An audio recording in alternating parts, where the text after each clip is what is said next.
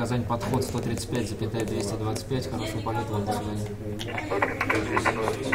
Выезжая на взлетку, каждый борт получает добро на вылет от десятков специально обученных людей. Они на высоте 11-этажного дома, и здесь казанский аэродром как на ладони. Эти люди диспетчеры, и это они отвечают за порядок в небе как республики, так и всего Поволжья.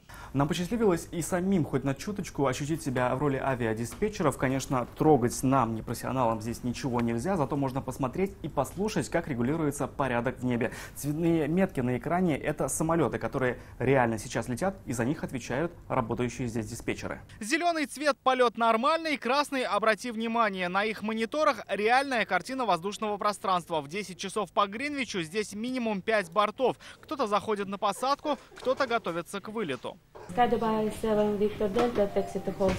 Через минуты этот рейс отправится в Дубай. Полоса уже свободна, и она должна такой оставаться, иначе неминуема экстренная ситуация. Случаев таких было несколько, но можно один вспомнить. Это отказ закрылков было. То есть борт доложил, ушел на второй круг, но потом благополучно сел, все, выполнили все свои должностные обязанности.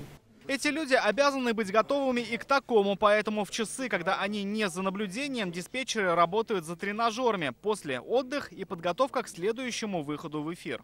Все-таки у нас строго установленный график работы, и за временем нашего отдыха следят. У нас есть и во время смены перерывы, то есть более 2 часов мы не можем подряд работать. То есть минимальный перерыв – это 20 минут. Каждый день в зоне их внимания жизни сотен людей. Диспетчеры не вправе ошибаться и обязаны быть профессионалами. Кроме усидчивости важна стрессоустойчивость, и кроме высшего образования обязателен уверенный английский для связи с бортом в любой точке мира. Рамиль Шайдуллин, Андерсон Тальцев, ТНВ, Казань.